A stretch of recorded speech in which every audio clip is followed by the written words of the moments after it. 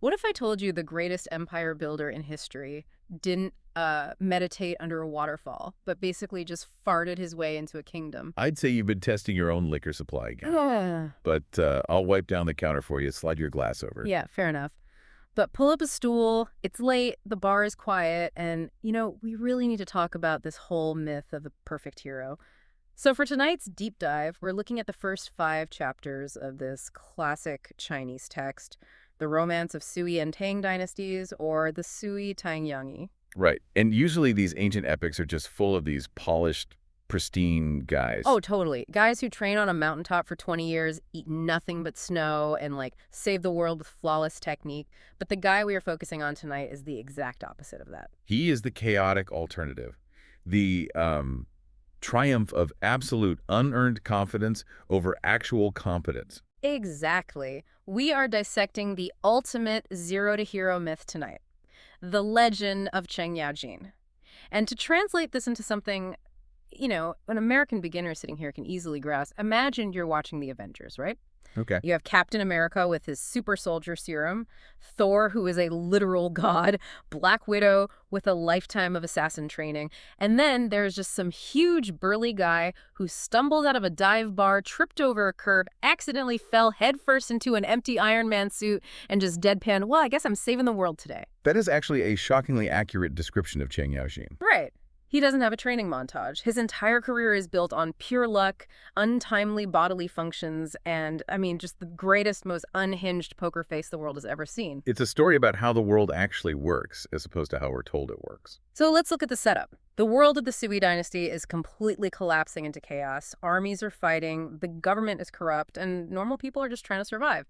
And our guy, Cheng Yaojin, is this massive, lumbering wall of a man. And his previous career. Oh, he was a smuggler of illegal salt, which back in the day is basically like being a Prohibition-era bootlegger. Salt was a strict government monopoly, so instead of running moonshine, he was running seasoning. Dodging state guards, fighting for his life in the mud. Exactly. He has 0 formal martial arts training. And as our story begins, he's just narrowly escaped an execution ground. He's a wanted man on the run. Now, under normal psychological conditions, a man who just cheated the headsman's axe should be terrified. You would think so. He should be plotting his next careful move, or at least lying low in quiet desperation, Right. trying to avoid the authorities. Right. Any normal person would be having a full-blown panic attack. But Cheng Yaojin just finds a place to crash on a dark, windy night and goes to sleep. And he is out cold, belly to the ceiling, snoring like a chainsaw, cutting through a wet log. A very relaxed fugitive. Seriously. And while he's deeply unconscious, he has a dream. A divine, magical vision. This white-haired immortal appears to him. And this immortal looks at this giant, snoring bootlegger and essentially says, "You idiot. You have all this brute strength, but in this chaotic world, you have no technique. You are going to get yourself killed." So the immortal intervenes. Yeah, he decides to give him a fighting chance. He hands Cheng a massive Swanwa great axe. Which is an incredibly specific weapon. A great axe is not a sword. It's top-heavy, it's unbalanced, and it's designed purely to crush armor through sheer kinetic energy. Oh, wow. Okay. It requires immense strength to lift, sure, Yeah. but traditionally it requires immense skill to control the momentum so you don't just, throw yourself off balance. Right, so it's not a butter knife. So the immortal starts downloading this legendary 36-stance axe technique directly into Cheng's brain. Like the Matrix. It's exactly like that scene in The Matrix where the guy says, "I know Kung Fu," but with a 40-pound piece of metal. And in the dream, Cheng is a natural. He's swinging the axe, following the immortal's precise footwork, and he's becoming a legendary warrior in his subconscious. Everything is going perfectly. Perfectly. He's just getting to the really good, complicated parts of the 36 stances. But then, tragedy strikes. In the physical world, sleeping Cheng rolls over, mutters something in his sleep, and lets out a massive, thunderous, earth-shattering fart. And that bodily function becomes the pivotal moment of his destiny. I am dead serious. It literally wakes him up. He startles himself awake with his own digestion. He sits up in the dark. The dream evaporates. The immortal is gone. The connection is lost. Download failed. Download completely failed. And because of this incredibly rude awakening, the divine 36 stances just vanish from his brain like smoke. He sits there trying to remember the martial arts secrets of the universe. But he only remembers the very beginning. 3.5 moves. That's it. It is the ultimate irony of this mythology. You have traditional heroes who meditate under freezing waterfalls for a decade to achieve martial enlightenment. Right. And Cheng Yaojin's glorious, divinely ordained destiny was quite literally cut short by a bad case of gas. It is completely ridiculous. So he sits in the dark and takes inventory. He has move number 1, which is chop the head. He has move number 2, pick the ghost's teeth. And he has move number 3, scoop the ears. And the half move. Right. He vaguely remembers there was a half move after that called tag along the foot, but he completely forgets how the footwork goes. So what does he do? Does he cry? Does he try to go back to sleep to find the immortal? I'm guessing no. No, he just shrugs his massive shoulders and decides, 3 moves is plenty. Which brings up a fascinating point about human psychology. Most people would be paralyzed by the 32.5 moves they lost. They'd obsess over it. Exactly. They would focus entirely on their deficit. Cheng is completely, unapologetically empowered by the 3 he kept. But let me ask you this, because this part always bothers me.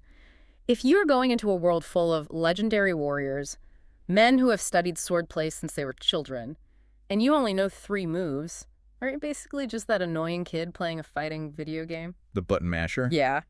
You know the one. The kid who doesn't know the combos, so he just backed you into a corner and spams the exact same button over and over again. Yes, that is exactly what he is. But as anyone who has actually played against that kid knows, it is incredibly frustrating and surprisingly effective. Unbelievably frustrating. When a trained martial artist fights, they spend years learning to anticipate. They read shoulder depths, they read foot positioning, they look for rhythm, they operate on logic. Right, it's like a deadly game of chess. Exactly. But when you spam one button, or in Cheng's case, when a 300-pound man just screams a noun and swings a heavy piece of metal at your face with zero regard for footwork, you introduce pure chaos. Because he doesn't even know what he's doing next. Right. The trained fighter's brain short circuits. There's no rhythm to read. There's no logic to counter. Your years of refined training actually become a liability because the person attacking you isn't playing the same game. That makes a terrifying amount of sense. So let's fast forward a bit and see this in action. The Sui dynasty is falling apart. Rebellions are brewing everywhere. 46 friends form a brotherhood at the Jialio Inn in Licheng County. And these aren't choir boys. No, this is a motley crew of tough guys, brilliant strategists, and desperate outlaws. And they decide they need a headquarters. You know, you can't run a national rebellion out of a motel room. They set their sights on a place called Wagong Fort. A highly strategic location situated on a mountain. But it comes with a significant obstacle. A huge obstacle. The fort is heavily guarded by fierce, ruthless bandits, the kind of hardened killers who have been surviving in the mountains by being meaner than everybody else. So the Brotherhood is sitting around trying to figure out how to lay siege to this impenetrable fort. And Cheng Yaojin, armed with nothing but his 3 moves and an absolute lack of self-awareness, volunteers. Naturally. He just grabs his massive axe and marches up the mountain, all by himself. From a tactical standpoint, it is suicide. It makes absolutely zero sense. He walks right up to the gates of this terrifying bandit fort. The bandit leader, who is a seasoned, bloodthirsty killer, comes out to meet him. He sees this giant, unpolished bootlegger with an oversized axe, and he charges at Cheng to chop him to pieces. But Cheng has no footwork. None. Yeah. He has no martial arts theory. He just remembers the immortal's voice. As the bandit leader gets in range, Cheng unleashes his first move. And to make it even more absurd, he screams the name of the move at the top of his lungs. Psychological warfare. Unintentional, perhaps, but highly effective. He roars, "Chop the head!" and brings this unbelievably heavy great axe crashing down with all of his brute salt smuggler strength. The bandit leader is shocked. He raises his weapon to block, barely surviving the impact. His arms go completely numb from the kinetic The force. sheer physics of it. Right. And before his brain can even process what kind of freakish power this is, Cheng's wrist flicks and he screams, "Pick the ghost's teeth!" It is a vicious, unorthodox upward strike. The bandit stumbles back, his balance totally gone, and immediately Cheng sweeps the axe horizontally, bellowing, "Scoop the ears!" The relentless three-beat assault. Downward, upward, horizontal. Covers all planes of motion in about 3 seconds. The bandit leader's psychological defenses just shatter. He has fought warlords all over the country. He has never seen a fighting style this aggressive, this wild, this completely insane. He drops his weapon, falls to his knees, and surrenders on the spot. That quickly. Instantly. The entire mountain of ruthless bandits sees their hardened letter crumble in 3 seconds, and they all throw their weapons down too. They hand over the entire fortress. The event goes down in history with the legendary title, Three Axes Settle Wegang. And here is where we get to the actual brilliance of the story, the underlying truth of the encounter. Oh man, right, because here is the deadpan reality of the situation. Cheng Yajian only had those 3 moves in his tank. That was it. He emptied the clip. There was no secret technique in reserve. Nothing. If that bandit leader had just held on, if he had parried that horizontal sweep and managed to survive for exactly 10 more seconds, Chang had 0 follow-up. He didn't have a 4th move. His master plan, if the 3 moves didn't work, was simply to turn around and sprint for his life back down the mountain. It's the ultimate high-stakes poker bluff. We live in an era where highly competent people constantly suffer from imposter syndrome. They are terrified of being exposed as frauds. Yeah, that's so true. Cheng Yaojin is an actual fraud, in martial arts terms, but he is completely unbothered by it. In a chaotic world, absolute unhinged confidence will almost always beat actual competence. Yeah. He pushed all his chips to the center of the table with a terrible hand, but he slammed them down with such conviction that a trained killer folded a winning hand. He didn't just bluff the bandit, he bluffed reality. So the 46 brothers move in, Wagong Fort is theirs. But you know how it goes. You conquer a mountain fortress, you start a rebellion, and you suddenly realize you need a leader. A kingdom needs a king. They need a political structure. Right. Now, the Brotherhood has a strategist, a guy named Zhu Maogong. He's the brains of the operation. Zhu Maogong goes out, looks up at the night sky, reads the astrology, and comes back with a very specific prophecy. He tells the brothers that the true emperor of their movement is hidden right there on the mountain, deep inside a bottomless dragon cave behind their main hall. Which serves as a fascinating filter for leadership. Seriously, and this is where I have to push back a little on the mythology. You have these 46 guys. They are hardened outlaws. They just agreed to fight the massive imperial army of the Sui dynasty. But when Zhu Maogong tells them to climb down a pitch-black cave, suddenly everybody is looking at their shoes. Nobody wants to go down there. They hesitate. Yeah, why are 46 legendary killers afraid of a hole in the ground? You have to separate military courage from superstitious dread.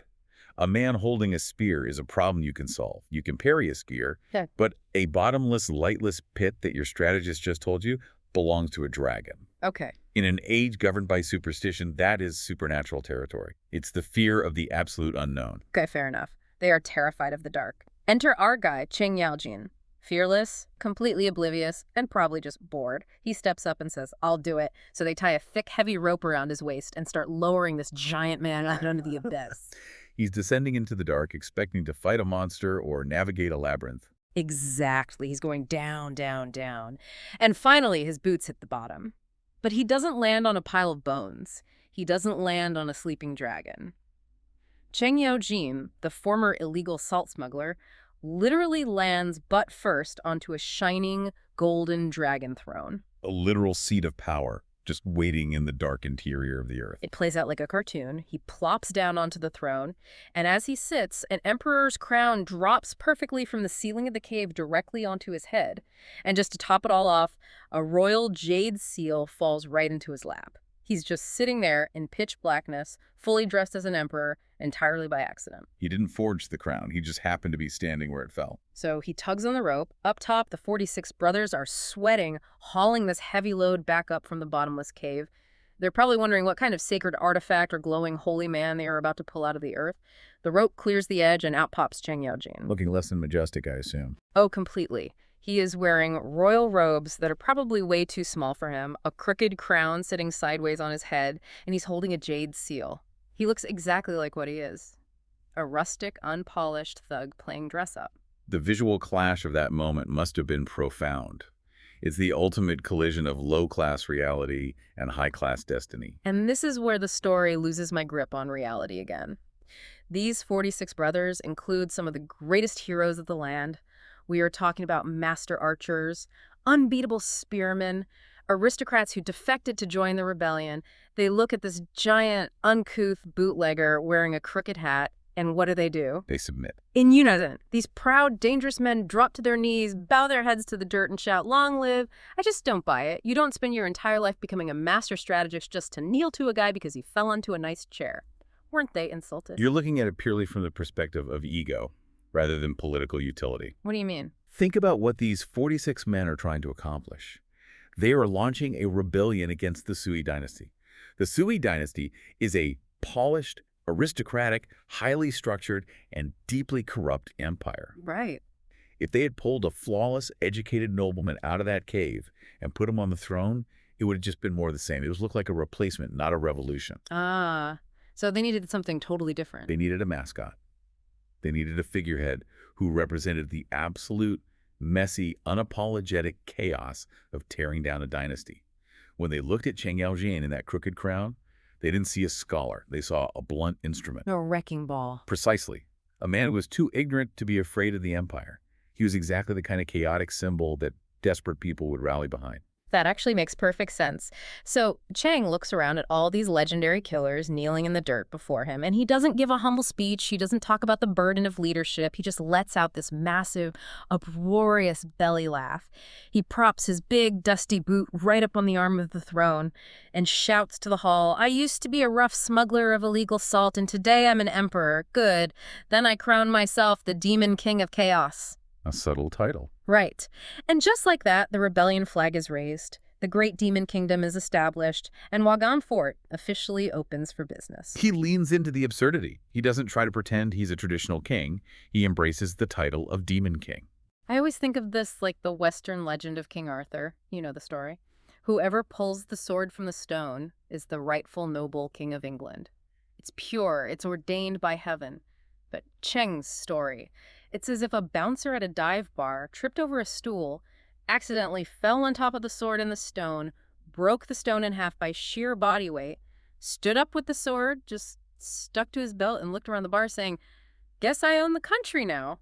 And the people in the bar, exhausted by the current management, simply agree. It's the perfect, ridiculous symbol for a ridiculous time. So as you finish the last of your drink there, let's look at the big picture of what we just covered. We went on a wild ride tonight through the beginning of the Sui Tangyanyi. We looked at a guy whose divine martial arts download was abruptly canceled by his own bodily functions. A truly historic interruption. We saw a guy who conquered a heavily armed mountain fortress with a 3-move bluff that was about 10 seconds away from turning into a full-speed retreat. And we saw an unpolished, uneducated smuggler stumble backward, completely blind, into becoming a king. It challenges essentially everything we are taught about the mechanics of success. It really does. It reminds you that history and mythology aren't always built by pristine, flawless heroes who do everything by the book. Sometimes, the people who actually change the world, the ones who topple corrupt empires and build new kingdoms in the ashes, aren't the ones meditating under waterfalls for 20 years. Sometimes, they are just loud, bold, and unapologetically lucky. They don't wait until they're perfect. They just step up, swing the heavy axe, and see what happens. Which leaves us with a quiet, lingering question for you to consider. Think about your own life, your own career, your own daily battles. Cheng Yaojian conquered a mountain and built a kingdom using only 3 simple moves and absolute unshakable confidence. As you head out into your own chaotic world today, what are your 3 axes?